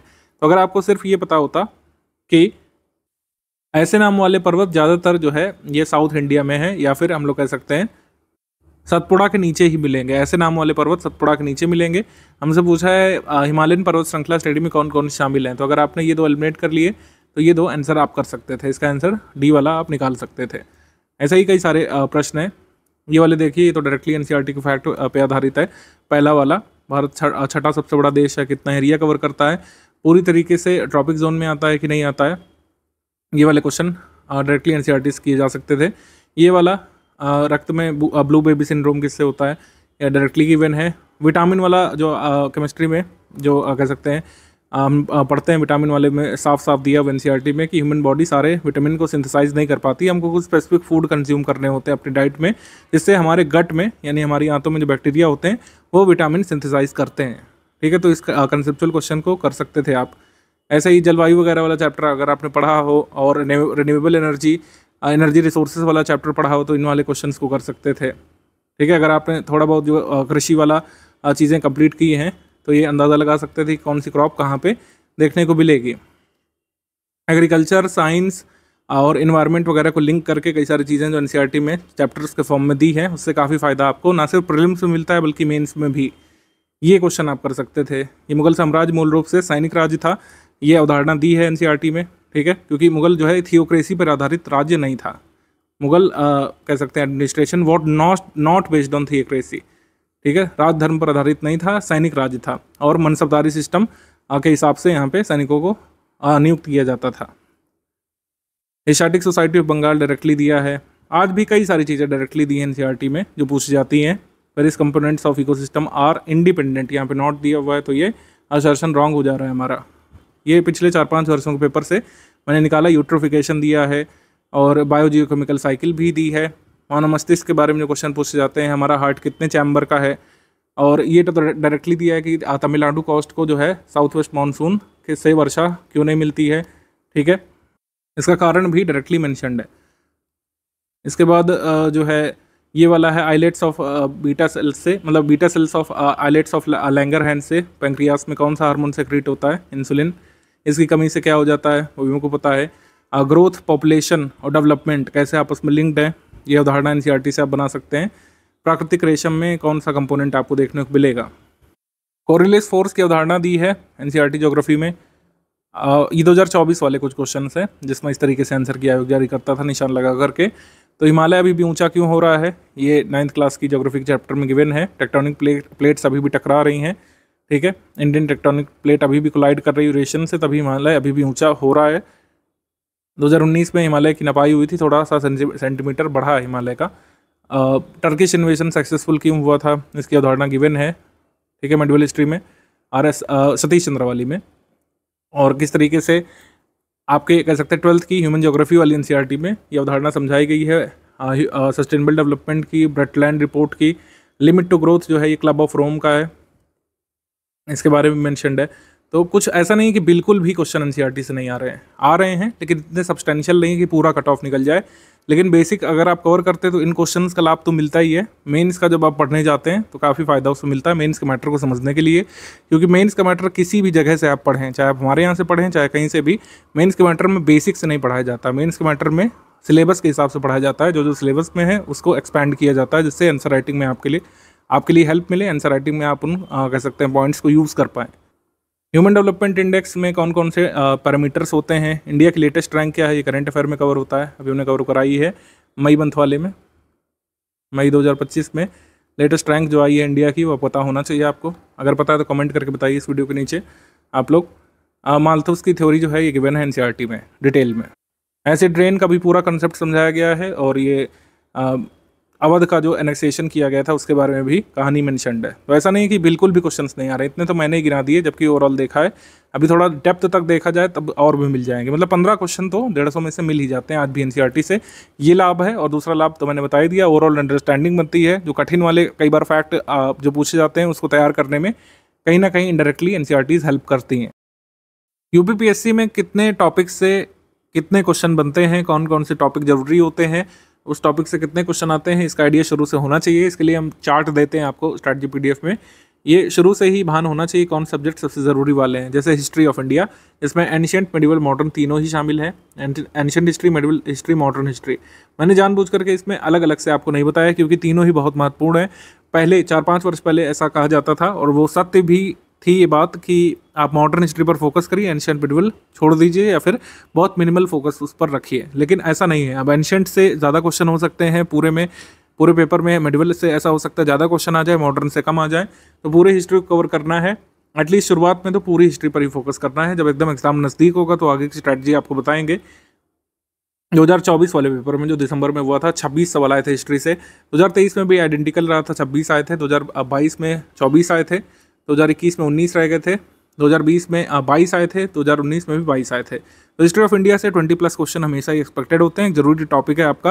हालांकि मेंस में आर्ट कल्चर वाला पोर्शन आता है, लेकिन हिस्ट्री ऑफ इंडिया बहुत ज़रूरी टॉपिक है आपका, कह सकते हैं प्रीलिम्स में। हिस्ट्री ऑफ इंडिया को आप छोड़ नहीं सकते बिल्कुल भी, 1/6 हिस्सा है पूरे पेपर का अगर आप कैलकुलेट करें तो इंडियन हिस्ट्री बहुत ज़रूरी टॉपिक है। इकोनॉमी ऑफ इंडिया, इससे 15 सवाल आए थे, इस बार ज़्यादा आए थे, पहले कम रहते थे, ठीक है। पहले इकोनॉमी से कम सवाल आते थे, लेकिन अब स्टैटिक भी पूछा जा रहा है, करंट अफेयर भी। इकोनॉमी का हम आगे आपको बताएंगे, शुरुआत के 45-60 दिवस के बाद इकोनॉमी का अलग से प्लान आपको बताएंगे, तो देखिएगा उसमें। जनरल साइंस का क्लियर है, जो टाइम प्लान फॉलो करेंगे उसमें जनरल साइंस का आपका बेसिक बनेगा। बाद में जो बेसिक मटेरियल के बाद जो प्रीलिम्स ओरिएंटेड मिलेगा उससे आप ये क्वेश्चन कंप्लीट कर ले जाते हैं। 24 आए थे, 19 आए थे पहले, 22-24 इस तरीके से आते हैं। इंडियन पॉलिटी से अब 20+ क्वेश्चन आने लग रहे हैं, पहले कम आते थे। 20+ क्वेश्चन जो इंडियन पॉलिटी से रहते ही रहते हैं, तो ये बहुत इंपॉर्टेंट टॉपिक अब बन चुका है, ठीक। ज्योग्राफी बहुत इंपॉर्टेंट है, 23 सवाल इससे रहते हैं, और अब बढ़ेंगे ही सवाल जिस हिसाब से पैटर्न चेंज हो रहा है। ज्योग्राफी पर खासा फोकस किया जा रहा है आयोग के द्वारा। पहले देखिए 16, 17 रहते थे, लेकिन अब जो है 23 सवाल, 25 तक भी हो सकते हैं आपके प्रीलिम्स में। मतलब 2025 वाले में आपके प्रीलिम्स में 25 तक भी हो सकते हैं, 26 वाले में। एनवायरमेंट इकोलॉजी से 6 प्रश्न आए थे, कभी कभी 12-13 तक भी आ जाते हैं, तो ये एक जरूरी टॉपिक है। कम जरूरी वाले टॉपिक कौन से भाई? Uttar Pradesh current affair, Uttar Pradesh GK, miscellaneous कम क्वेश्चन आए थे, लेकिन मिसलेनियस भी एक इंपॉर्टेंट टॉपिक है, पास्ट में इससे काफ़ी पूछा गया है, तो मिसलेनियस आगे मिलेगा, इसके लिए बिल्कुल टेंशन नहीं लेना है। मिसलेनियस बहुत लेटेस्ट वाला हम लोग देते हैं, बहुत कम पेजेस पे होता है, वो आगे मिलेगा। अभी बेसिक पर फोकस करना है और करंट अफेयर पर शुरुआत से फोकस बनाना है, क्योंकि सबसे बड़ा पोर्शन तो यही है। अगर आप देखें पूरे पेपर का सबसे बड़ा पोर्शन यही है। अगर इसमें आप इकोनॉमी करंट अफेयर भी शामिल कर लें तो इकोनॉमी करंट अफेयर शामिल करके ये 35 हो जाता है पूरा। यहाँ पे इकोनॉमी करंट अफेयर शामिल कर लें तो 33 हो जाएगा, यहाँ पे शामिल कर लें तो 36 हो जाएगा। तो इकोनॉमी करंट अफेयर और जो नेशनल इंटरनेशनल करंट अफेयर है, उत्तर प्रदेश करंट अफेयर को भी शामिल कर लें तो पूरे पेपर में 40 सवाल तो इसी से आते हैं। कैसे कवर होगा ये हमने आपको जीएस वाले के लिए तो बता दिए बेसिक, कि जैसे जैसे टाइम प्लान है वैसे वैसे फॉलो करना है 45 से 60 दिवस तक। उसके बाद बेसिक टेस्ट देना है। जीएस के लिए तो सॉर्टेड है। अब करंट अफेयर कैसे कैसे करना है, कैसे कैसे कराया जाएगा ग्रुप में, इसको देख लेते हैं। करंट अफेयर कैसे कैसे मिलेगा। करंट अफेयर आपको डेली बेसिस पर भी मिलेगा। जो लोग हमारे 6500 वाले ग्रुप में 9000 वाले ग्रुप में आए हैं, मतलब आप टोटल स्टडी मटेरियल वाले ग्रुप में आए हैं और फुल पेड ग्रुप में आए हैं, तो डेली करंट अफेयर मिलेगा, मंथ वाइज करंट अफेयर भी मिलेगा, उत्तर प्रदेश करंट अफेयर भी मिलेगा।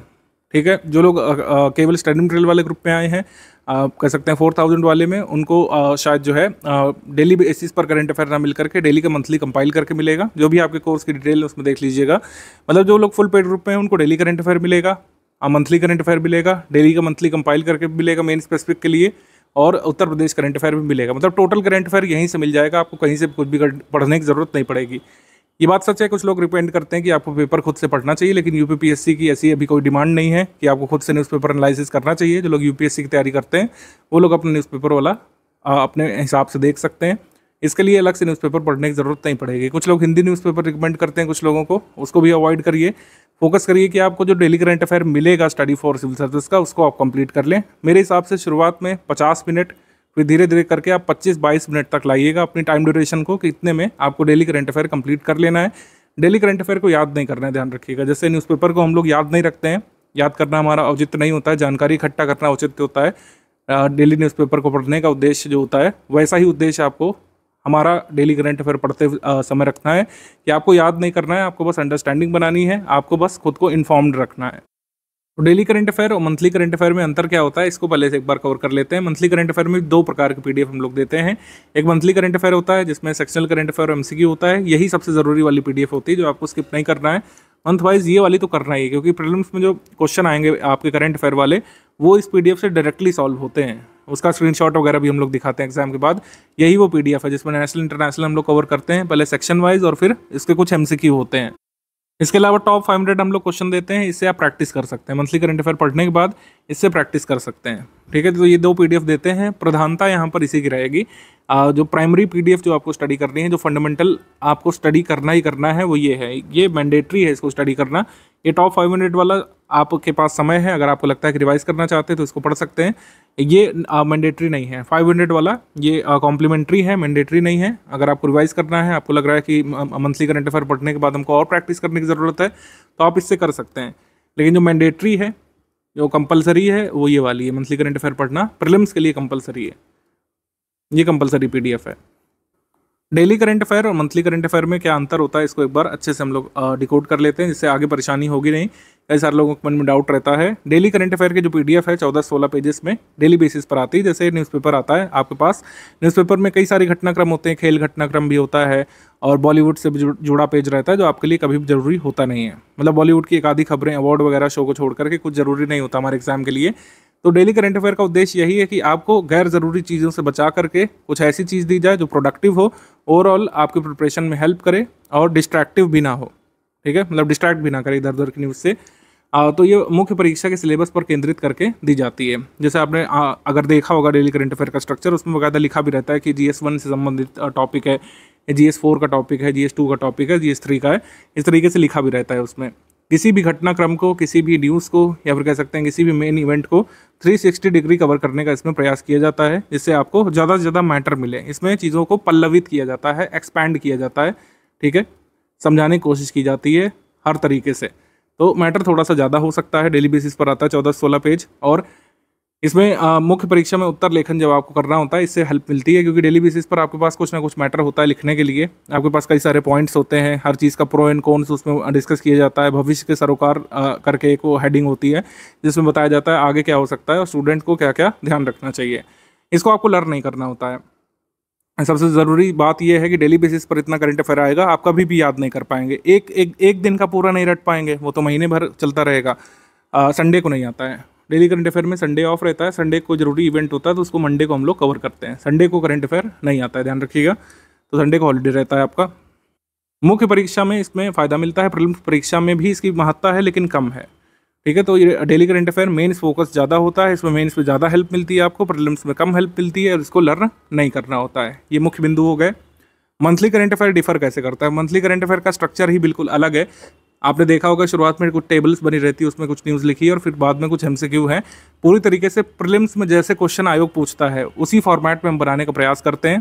इसमें कोशिश की जाती है कि कम से कम शब्दों में पूरे मंथ का हम लोग कवर कर लें। आपने देखा होगा नंबर ऑफ पेजेस कम से कम रखने का प्रयास किया जाता है, फॉन्ट भी छोटे रखे जाते हैं, क्योंकि कहीं ना कहीं आगे जा करके आपको मल्टीपल टाइम्स इसका रिवीजन करना पड़ेगा। करंट अफेयर में प्रत्यक्ष तौर पर फायदा मिलता है, देखिए हमने लिख भी दिया, डायरेक्टली आपको फायदा मिलता है। डायरेक्टली कैसे डायरेक्टली फायदा मिलता है? जैसे एग्जाम में मान लीजिए पूछ लिया कि G20 समिट जो हुई उसमें अध्यक्षता किस राष्ट्र ने की, मल्टीपल स्टेटमेंट वाला सवाल आ गया, उसमें एक स्टेटमेंट में पूछ लिया कि अध्यक्षता किस राष्ट्र ने की, तो उसमें हमारे करंट अफेयर की PDF पे लिखा रहता है ऑलरेडी कि अध्यक्षता किसने की, उस समिट की थीम क्या थी, यानी मुख्य विषय क्या था, समिट में कोई इंपॉर्टेंट निर्णय लिया गया, G20 में क्या किसी नए सदस्य को जोड़ लिया गया या फिर कोई इवेंट हुआ जरूरी वाला, और अगर भारत ने उसमें पार्टिसिपेट किया तो भारत की तरफ से गया कौन था, भारत ने क्या कोई नई अनाउंसमेंट की उसके बारे में, कोई नया क्या कह सकते हैं चार्टर वगैरह जारी किया गया, या फिर जो विजन डॉक्यूमेंट है उसमें कोई नई अनाउंसमेंट की गई है, ये सब चीज़ें। डिक्लेरेशन का नाम क्या है जो कह सकते हैं समिट में अनाउंस की गई, वो ऐसे कई सारे फैक्ट जो मेमोराइज भी करने पड़ सकते हैं डायरेक्टली। जैसे जब G20 की अध्यक्षता भारत को मिली थी तब उसमें उस साल कई सारे फैक्ट थे जो G20 के बारे में आपको मेमोराइज करने पड़े थे। इस बार जो हॉट टॉपिक है पूरे साल भर जो रहा, PM सूर्य घर मुफ्त बिजली योजना, इसके बारे में UPSC ने भी पूछा। PM सूर्य घर मुफ्त बिजली वाला सभी एग्जाम्स में लगभग पूछा। 2025 का जो पेपर होने वाला है मैं एंटिसिपेट कर रहा हूँ कि इससे भी जो है आपको क्वेश्चन देखने को मिलेगा। 2025 के पेपर में प्रीलिम्स में PM सूर्य घर से एक क्वेश्चन बहुत ही एंटिसिपेट किया जा रहा है, मुझे लगता है कि कुछ ना कुछ तो जरूर पूछेंगे इसमें। तो हमने क्या किया कि PM सूर्य घर का पूरा एक वीडियो बना करके 2025 वाले ग्रुप में डाल दिया। तो मंथली करंट अफेयर में क्या होता है कि कोई भी बहुत ज़रूरी इवेंट होता है तो उसके जितने भी फैक्ट हो सकते हैं ज़रूरी वाले, जैसे नेशनल पार्क 107वां नंबर का आ गया है तो उसके जितने भी जरूरी फैक्ट हैं उस मंथ के मंथली करंट अफेयर में डाल दिए गए हैं। जिस मंथ नया नेशनल पार्क क्रिएट हुआ, नई वाइल्ड लाइफ सेंचुरी कोई क्रिएट हुई, नई रामसर साइट जो है डिक्लेयर हुई, जैसे इस बार जून में नई रामसर साइट डिक्लेयर हुई है, तो जून मंथ के करंट अफेयर में 2025 में सारी डिटेल उस रामसर साइट के बारे में और जितना भी प्रीलिम्स से पूछा जा सकता है वो उसमें कवर करा दिया जाता है। तो मंथली करंट अफेयर कॉम्प्रिहेंसिव रखने का प्रयास किया जाता है, क्योंकि कहीं ना कहीं इसका आगे जा करके आपको रिवीजन भी करना है, कई सारे तथ्यों को याद भी करना पड़ सकता है। इसी वजह से इसको ब्रीफ रखा जाता है, इसको सक्सिनेट रखा जाता है, इसको ब्रीफ रखा जाता है, सक्सिनेट रखा जाता है, ल्यूसिड रखा जाता है। वहीं ये डेली वाले को हम लोग एक्सपैंड करने का प्रयास करते हैं। इसको कई बार वर्बोस भी लग सकता है आपको कि इसमें तो सर बहुत ज़्यादा एडिंग है, एक्चुअली उसका महत्व है। आपको 360 डिग्री किसी चीज़ के बारे में पता करना होता है तो थोड़ा सा नंबर ऑफ पेजेस बढ़ जाते हैं, लेकिन उसका कहीं ना कहीं महत्व है मेंस के लिए। तो प्रीलिम्स फोकस्ड करंट अफेयर है आपका मंथली वाला करंट अफेयर, जो मंथ वाइज आपको मिलता है। हर मंथ की 4 तारीख को हम लोग देते हैं, हर मंथ की 4 तारीख को। जैसे जून मंथ का आपको कब मिलेगा? जून मंथ को मिलेगा 4 जुलाई की रात में, और जुलाई मंथ का कब मिलेगा? 4 अगस्त की रात में, ठीक है। तो इस तरीके से मंथली करंट अफेयर मिलता जाता है। टॉप 500 MCQ हम लोग देते हैं, वो करीब 8 या 10 तारीख को आता है, वो उसी मंथ का रिवीजन होता है, मतलब उसी मंथ का आप रिवाइज कर सकते हैं 500 MCQ लगा करके। उत्तर प्रदेश करंट अफेयर ये आपको मिल जाता है हर मंथ की करीब 12 तारीख को, ठीक है। तो ये ध्यान रखिएगा, इस तरीके से करंट अफेयर मिलता रहेगा, इसी तरीके से आपको पढ़ते हुए चलना है। कोशिश करिए कि डेली का जो करंट अफेयर है वो डेली बेसिस पर निपटाएं। आप ये शेड्यूल नहीं बनाइएगा गलती से भी कि 7 दिन का एक साथ रिवाइज करेंगे, तब उसमें मज़ा नहीं आएगा, उसमें बेनिफिट कम मिलेगा। तो आपको क्लियर हो गया होगा कि डेली करंट अफेयर का क्या बेनिफिट है, मंथली करंट अफेयर का क्या बेनिफिट है, टॉप 500 MCQ का रेलिवेंस क्या है, और उत्तर प्रदेश करंट अफेयर का क्या रेलिवेंस है। उत्तर प्रदेश करंट अफेयर हर बार ऐसा देखा गया है कि कई बार GS का रेलिवेंस होता है, मतलब उत्तर प्रदेश की GK कई बार ज़्यादा पूछी जाती है, किसी साल करंट अफेयर ज़्यादा पूछा जाता है। जैसे इस साल यूपी करंट से कम सवाल आए थे, या फिर बहुत ही कम सवाल आए थे कह सकते हैं। 2025 वाले में ऐसा हो सकता है 4-5 प्रश्न आ जाए, तो एक एग्जाम में 4-5 प्रश्न अगर आप सही निकालना चाहते हैं तो उत्तर प्रदेश करंट अफेयर को लगातार फॉलो करना चाहिए मंथ वाइज। और अगर नहीं भी आता है, मान लीजिए कि आपको नहीं भी आता है सवाल प्रीलिम्स में उत्तर प्रदेश करंट अफेयर से नहीं मिलता है, तो मेंस में जो GS 5 और 6 पेपर है उसके लिए हेल्प करता है। कई सारे फैक्ट आपको इसमें मिल जाते हैं GS पेपर 5 और 6 के लिए, क्योंकि यूपी स्पेशल तो पढ़ना ही डिटेल में GS 5 और 6 में, तो उससे अभी आप अपडेटेड रहते हैं उत्तर प्रदेश करंट अफेयर से। पेड क्विज की जानकारी बाद में दी जाएगी क्योंकि अभी बेसिक आपको कंप्लीट करना है, तुरंत ही सारी चीज़ें नहीं शुरुआत करेंगे, अदरवाइज आप लोग पैनिक मोड पे चले जाते हैं। और ये बात सही भी है कि पहले पढ़ाई फिर प्रैक्टिस, यही सही तरीका है। अभी आप जो है पढ़ाई करिए, आप डेली जो है आपको 4.5 घंटे करीब निकालने पड़ सकते हैं। सब कुछ अगर धीरे धीरे स्लोली भी अगर करेंगे तो, और अगर आप प्रो हैं तो 3 घंटे में भी हो जाएगा। अगर आप बीच बीच में ब्रेक लेते हैं, हफ्ते में ब्रेक हो जाते हैं आपके, तब भी 5 घंटे में ये टारगेट कंप्लीट किया जा सकता है। उसके बाद जो है बेसिक टेस्ट आपके होंगे, फिर इवैल्यूएशन होगा, और फिर आगे की जानकारी हम आपको देंगे कैसे कैसे क्या क्या करना है। करंट अफेयर जैसे कुछ लोग पूछेंगे किस मंथ से किस मंथ तक का करना है, तो देखिए अभी क्लैरिटी नहीं है। जिस मंथ से आपको ग्रुप में दिया जा चुका है उस मंथ से आप लोग करना शुरू कर लीजिए मंथली वाला, उसके पहले का भी करने की ज़रूरत नहीं पड़ेगी। ठीक है, अभी काफ़ी टाइम है हमारे पास। और करंट अफेयर आइडली 1 वर्ष का तैयार किया जाता है। एग्जाम डेट से 1 साल या 13 महीने पहले तक का करंट अफेयर तैयार करना सफिशिएंट होता है। इसमें आपके 95 से 99% का सवाल कवर हो जाते हैं हमेशा ही। तो 1 साल का ही करना है, तो क्यों इतना पहले से बर्डन लें आप, क्योंकि कई सारी चीज़ें बदल जाएंगी इस साल के। अगर आप पद्मश्री पद्म विभूषण तैयार करेंगे तो ऐसा हो सकता है 2026 में बदल जाए, बिल्कुल बदलेगा। नए अवॉर्डीज आ जाएंगे, नए अवार्ड आ जाते हैं, नए इंडेक्स आ जाते हैं, तो कई सारी चीज़ें बदल जाती हैं। तो जिस मंथ से दिया जा चुका है उस मंथ से शुरू कर लीजिए आप लोग, उत्तर प्रदेश का भी मंथली और नेशनल इंटरनेशनल का भी मंथली। जिस मंथ से दिया जा चुका है उस मंथ से आप लोग शुरू कर लीजिए।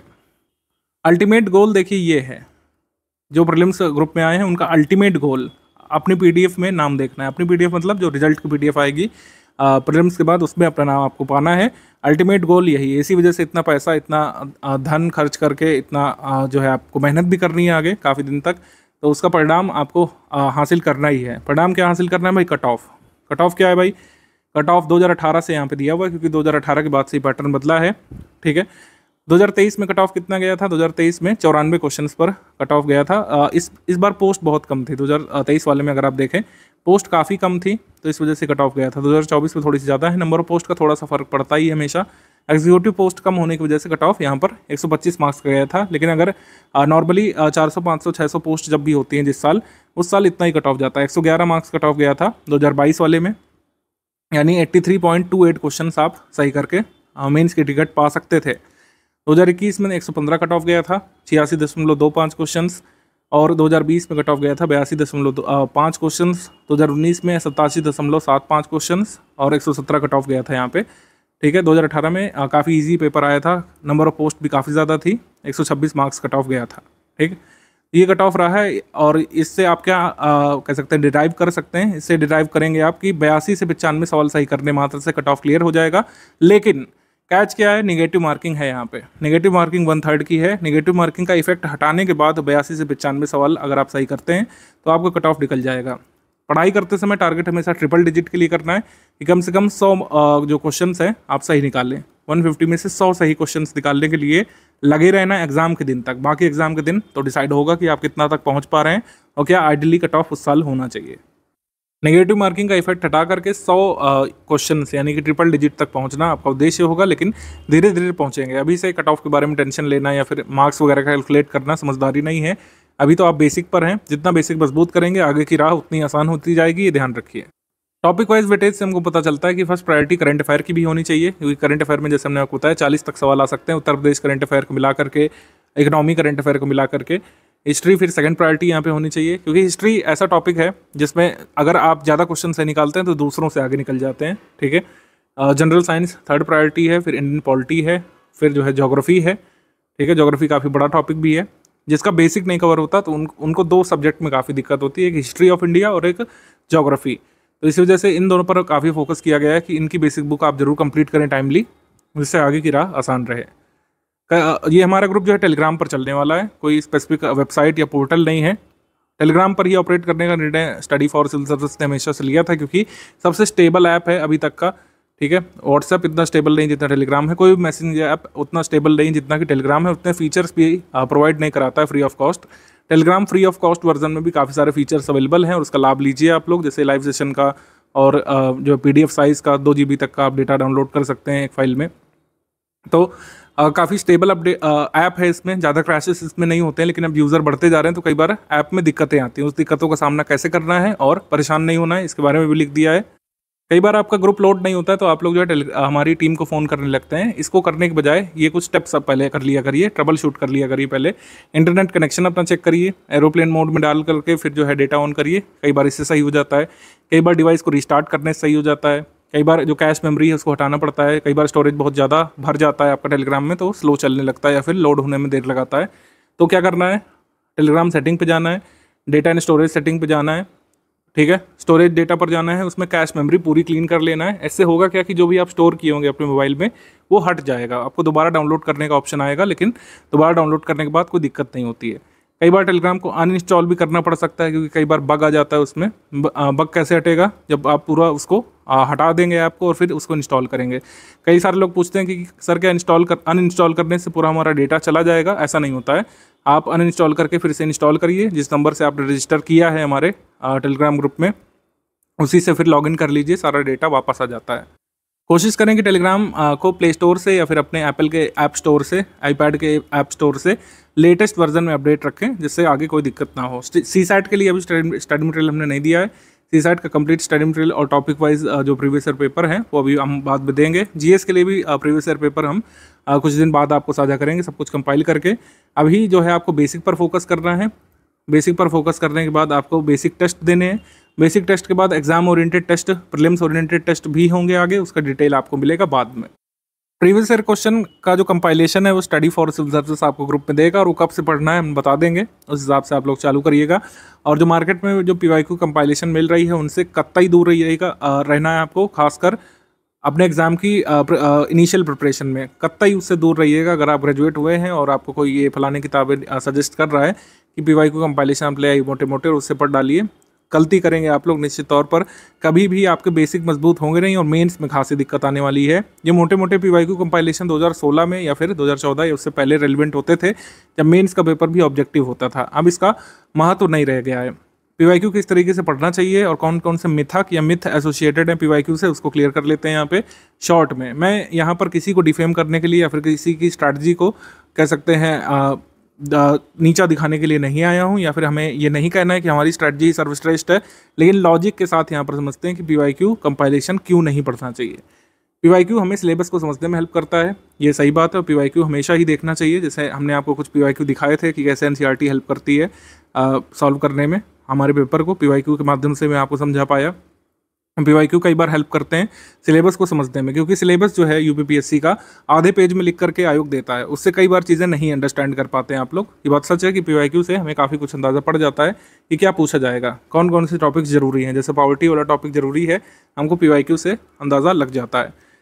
पीवाईक्यू से हमें ये पता चलता है कि किस विषय में किस हद तक प्रश्न बन सकते हैं, किस विषय से कितने प्रश्न बन रहे हैं, किस हद तक कितनी डेप्थ तक प्रश्न बन रहे हैं। कि अगर आयोग जो है हिमालय से पूछेगा तो क्या क्या तक पूछ सकता है, हिमालय के कितने अंदर आयोग पूछ सकता है, ठीक है। डेक्कन प्लेट्यू जो है उसमें कितने तथ्य पूछ सकता है, या फिर हिस्ट्री ऑफ इंडिया है, मुगल प्रशासन से क्या क्या किस हद तक पूछ सकता है, कितनी गहराई तक सवाल बन सकते हैं, ये हमको भान हो जाता है। और पीवाईक्यू से बढ़िया कोई समझा नहीं सकता है। सबसे जो मिथ है एसोसिएटेड कि 10 साल के पीवाईक्यू कंप्लीट कर लो, सिलेबस कंप्लीट, इससे बड़ा मिथ कोई नहीं है। इससे तो बिल्कुल दूर रहना है आपको, अदरवाइज आपकी प्रिपरेशन बहुत लंबी चलने वाली है।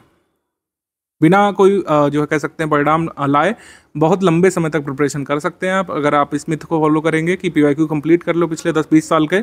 पीवाईक्यू से ये सब लाभ मिलते हैं, लेकिन पीवाईक्यू से आप कंप्लीट नहीं कर पाएंगे सिलेबस। पीवाईक्यू के सोल्यूशन और एक्सप्लेनेशन वाली जो बुक्स आती हैं उसको कंप्लीट करने से सिलेबस कंप्लीट होता है, ऐसा नहीं होता है कभी, और कभी हुआ नहीं है। पीवाईक्यू से मिलते जुलते सवाल आ जाते हैं, ये लाई ऑफ द सेंचुरी है। पीवाईक्यू से इंस्पायर्ड सवाल होते हैं लेकिन बहुत कम होते हैं, और पीवाईक्यू से आजकल जो सवाल बन भी रहे हैं वो काफ़ी टफ लेवल के बन रहे हैं। मतलब 5-6 पीवाईक्यू को मिला करके सवाल बन रहा है, जिससे कुछ लाभ ज़्यादा नहीं होता है। पीवाईक्यू बहुत सारे रिपीट होते हैं, ऐसा नहीं है, ठीक है। बेसिक कॉन्सेप्ट रिपीट होते हैं, पीवाईक्यू नहीं रिपीट होते हैं ज़्यादा, ये ध्यान रखिएगा। यूपीपीएससी 2026 के ग्रुप में जो लोग आए हैं तो इसका मतलब काफ़ी आप एंथुसियास्टिक हैं एग्ज़ाम को क्लियर करने को लेकर के, कि आपने इतना लॉन्ग टर्म बैच ज्वाइन किया है। लेकिन ज़रूरी है कि कंसिस्टेंसी आपकी बनी रहे। पहले दिवस तक जो उत्साह रहता है वो डे नंबर 300 तक या डे नंबर 600 तक भी बना रहे तो अच्छा रहता है, तभी आपको लाभ मिलता है। कंसिस्टेंसी बहुत ज़रूरी है, निरंतरता बहुत ज़्यादा ज़रूरी है एग्ज़ाम क्लियर करने के लिए, यूपीपीएससी जैसे एग्ज़ाम को क्लियर करने के लिए। जिसका सिलेबस काफ़ी बड़ा है। आपको पेशेंस भी बनाए रखना पड़ेगा। कई बार लोगों की आस छूट जाती है कि अरे सर बहुत टाइम लग रहा है, ऐसा कैसे होगा, कई सारे सवाल गलत होंगे, पढ़ने के बाद भी टेस्ट सीरीज में सवाल गलत निकलेंगे। आपको पेशेंस बनाए रखना है, हार्डवर्क करते रहना है, कंसिस्टेंसी बनाए रखनी है और बिलीफ अपने ऊपर रखना है, फोकस करते हुए कि हम जो पढ़ रहे हैं सही दिशा में काम कर रहे हैं, चीज़ें सुधरेंगी धीरे धीरे। ऐसा हो सकता है कि लगातार पढ़ने के बाद भी बेसिक टेस्ट में आप कम स्कोर कर पाएँ, क्योंकि बेसिक टेस्ट हमारी टीम थोड़ा सा टफ लेवल का ही बनाती है, जिससे आप लोग कंप्लेसेंट ना हो जाएं। तो ये नहीं सोचना है कि हमारे बहुत कम नंबर आ रहे हैं। अगर आप 50, 55, 60% भी स्कोर करेंगे टेस्ट में, तो इसका मतलब है कि आपकी पढ़ाई सही दिशा में रही है और उसी हिसाब से आगे बढ़ते जाना है। कुछ लोग यहाँ पे सवाल करते हैं कि सर लंबे समय तक रिटेन करने के लिए हम क्या कुछ स्ट्रैटेजी अपना सकते हैं। तो मैं हमेशा कहता हूँ कि आप अपने हिसाब से स्ट्रैटेजी बनाइए। कुछ लोगों के लिए नोट मेकिंग वर्क करता है। नोट मेकिंग कुछ लोग करते हैं अपने डिजिटल डिवाइस में, आजकल नोट मेकिंग करने लग रहे हैं। तो नोट मेकिंग आप चाहें तो कर सकते हैं, चाहें तो आप जो है मल्टीपल टाइम्स रिविज़न वाला फॉर्मूला अपना सकते हैं। दोनों ही फॉर्मूला वर्क करता है।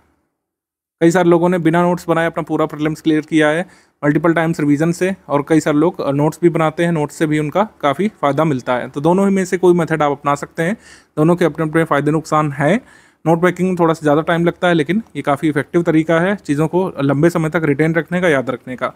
नोट मेकिंग में बस कोशिश करिए कि नोट्स आपके जो है रेलिवेंट रहें, शॉर्ट रहें। नोट्स अगर शॉर्ट नहीं कर पा रहे हैं आप, यानी कि हमारा जो मंथली करंट अफेयर का PDF है, अगर आप उसका नोट 30 पेज में बना रहे हैं तो कोई फ़ायदा नहीं। उससे अच्छा तो आप मल्टीपल टाइम्स रिवाइज ही कर लें। शॉर्ट नोट्स रखने की कोशिश करिए कि अगर आप 6 पेज में हमारे मंथली करंट अफेयर को नोट कर पा रहे हैं तो उसको नोट किया करिए। आप शॉर्ट रखिए, रिलेवेंट रखिए, और ऐसा रखिए कि आप उसको रिवाइज भी कर पाएँ। तो नोट्स जो है शॉर्ट और रिलेवेंट होने चाहिए, तभी आपको मैक्सिमम बेनिफिट मिलेगा। जैसे हिस्ट्री एक बहुत इन्फॉर्मेशन डेंस टॉपिक होता है, इसमें आपको सक्सेनेट नोट्स बनाने का प्रयास करना चाहिए। आप जरूरी नहीं कि यही चार्ट फॉलो करें जो मैं आपको दिखा रहा हूँ, आप अपने हिसाब से कोई भी मेथड अपना सकते हैं। कुछ लोग डायग्राम बनाते हैं, कुछ लोग जो है ग्राफ बनाते हैं, कुछ लोग कॉज इफेक्ट डायग्राम बनाते हैं, कुछ लोग सनरे डायग्राम इस्तेमाल करते हैं। किसी भी तरीके का आपको मेथड हो, आपके लिए वर्क करना चाहिए। जैसे हिस्ट्री में कोशिश करिए कि इस तरीके के डायग्राम बनाया करिए जिसमें ये क्लियर रहे कि पहले कौन सा इवेंट हुआ, बाद में कौन सा इवेंट हुआ। इसमें याद करने में आसानी रहती है। जो इन्फॉर्मेशन जो रिटेन रखनी एग्जाम के लिए, उसको आप ब्लॉक में लिख सकते हैं या अलग से हाईलाइट करके रख सकते हैं। डेट्स वगैरह जरूर लिखिए हिस्ट्री में बीच बीच में, जिससे क्लियर रहे कि क्या क्रोनोलॉजी चल रही है। जैसे आंग्ल मैसूर युद्ध का ये नोट्स बनाया गया है, NCERT और बेसिक बुक से बनाया गया है। मतलब NCERT बेसिक बुक और स्टैंडर्ड बुक से मैंने बनाया है और मेजर सोर्सेज की हेल्प ली है। जरूरी नहीं कि सारी इन्फॉर्मेशन आपके नोट्स में आ जाए, जितना आपका कह सकते हैं सोर्स मटेरियल है। जैसे NCERT से जो भी आप समझें, NCERT का आप चैप्टर पढ़िए, हड़प्पन सिविलाइजेशन जो संबंधित है, आपके बुक में जो जो दिया हुआ है उसमें से आप नोट करिए। भले ही आपको लगे कि कुछ चीज़ें रह रही हैं, वो आगे कवर होंगी, पूरे मटेरियल में टेस्ट सीरीज से कवर होगी। कई सारे तथ्य आपको आगे मिलने वाले हैं, कोई टेंशन वाली बात नहीं है। लेकिन जितना आपको मिल रहा है, आप चाहें तो उसको नोट मेकिंग से आप तैयार करिए, चाहे मल्टीपल टाइम्स उसको रीड करके रिवाइज करके तैयार करिए। जो भी आप सिस्टम अपनाएं, यहाँ पे थोड़ा सा प्रोडक्टिव रहना चाहिए। कोशिश तो हमेशा करनी चाहिए कि कोई भी आप सामग्री पढ़ रहे हो, जैसे मैथ्स में नियम होता है कि खाली हाथ नहीं पढ़ा जाता है, पेन पेपर लेकर के पढ़ा जाता है, पेन नोटबुक लेकर के। वैसे ही GS में भी आदत बनाई करंट अफेयर में कि कुछ कुछ चीज़ें आप जरूर नोट करते जाएं, ठीक है। इससे एक अच्छी हैबिट बनती है लिखने की, और ये आंसर राइटिंग में भी हेल्प करेगी आगे चल करके। अब जैसे कोई कंसेप्ट बताया जा रहा है, दिल्ली सल्तनत का एडमिनिस्ट्रेशन आप स्टडी कर रहे हैं सतीश चंद्रा में, उसमें आप नोट कर सकते हैं कि दिल्ली सल्तनत का शासन प्रशासन कैसे चलता था, क्या हायरार्की होती थी, सल्तनत को कितने भागों में डिवाइड करते थे। पहले जैसे प्रोविंस होते थे, ठीक है, प्रोविंसेस को इक्ता कहा जाता था, इक्तादार जिसका हेड होता था, और शिक होते थे जो जिलों के समान होते थे, डिस्ट्रिक्ट के समान। शिकदार उसका हेड होता था, परगना ये आमिल इसको हेड करता था। गाँवों का समूह जो है ये 84 कई बार कहा जाता था। गाँव को जो है विलेज कहा जाता था, इसमें खुद मुकद्दम या चौधरी जो है रूल करते थे। मुगल एडमिनिस्ट्रेशन में गाँव के लिए एक विशेष टर्म भी दिया जाता था जिसको देह बोलते थे, देह या फिर डी कहा जाता था। तो ऐसे छोटे छोटे फैक्ट्स जो है आप लिख करके रख सकते हैं। मतलब ऐसी जगह रखिएगा कि आप रिवाइज भी करें, ऐसा नहीं नोट करना है कि वो कहीं खो जाए और कभी आपके काम ना आए। सारी चीज़ें नहीं नोट करिए, लेकिन कुछ कुछ चीज़ें आप नोट करिए। क्या क्या नोट करना है, जैसे कुछ लोग नहीं समझ पाते हैं कि नोट क्या करना है। नोट क्या करें सर, सारे कुछ इंपॉर्टेंट लग रहा है शुरू में, तो आप क्या काम करिए कि अभी आप मल्टीपल टाइम्स रिवीजन पर फोकस करिए। जब टेस्ट दे लेंगे, PYQ कंपाइलेशन थोड़ा सा पढ़ेंगे, तो आपको समझ में आएगा कि इस तरीके से क्या चीज़ नोट करना होता है। तो बिल्कुल भी टेंशन वाली बात नहीं है। आप लोग पढ़ाई यहाँ पे शुरू कर लीजिए। आज से आपका ग्रुप शुरू होता है। बेसिक बुक का टाइमलाइन फॉलो करना शुरू करिए। शुरुआत में थोड़ा सा बर्डन सम लग सकता है, कोशिश करें कि हर 7 दिन में एक ब्रेक भी ले सकते हैं आप। 45 दिवस का टाइम प्लान है, ये हार्ड एंड फास्ट रूल नहीं है कि इसको 45 डेज में ही कंप्लीट करना है। अगर आपको लगता है 45 डेज में नहीं हो सकता, मैंने आपको कहा कि आप 60 दिवस तक इसको ले जाइए, 65 दिवस तक आप ले जाइए, 70 दिवस तक वर्स्ट केस में आप ले जाइए, लेकिन इसको कंप्लीट करिए। इसको कंप्लीट करे बिना अगर आप आगे बढ़ना चाहते हैं तो हमेशा ही कई बार खुद को पीछे महसूस करेंगे आगे के फेजेस में। 45 दिवस ये अगर आपने गुजार लिए बेसिक बुक्स के साथ, तो आगे की प्रिपरेशन काफ़ी आसान हो जाने वाली है। डाउट क्लियरेंस वाला ग्रुप हमारा शुरू होता है। कोई भी आपका डाउट है, आप डाउट क्लियरेंस ग्रुप में पूछना शुरू कर सकते हैं।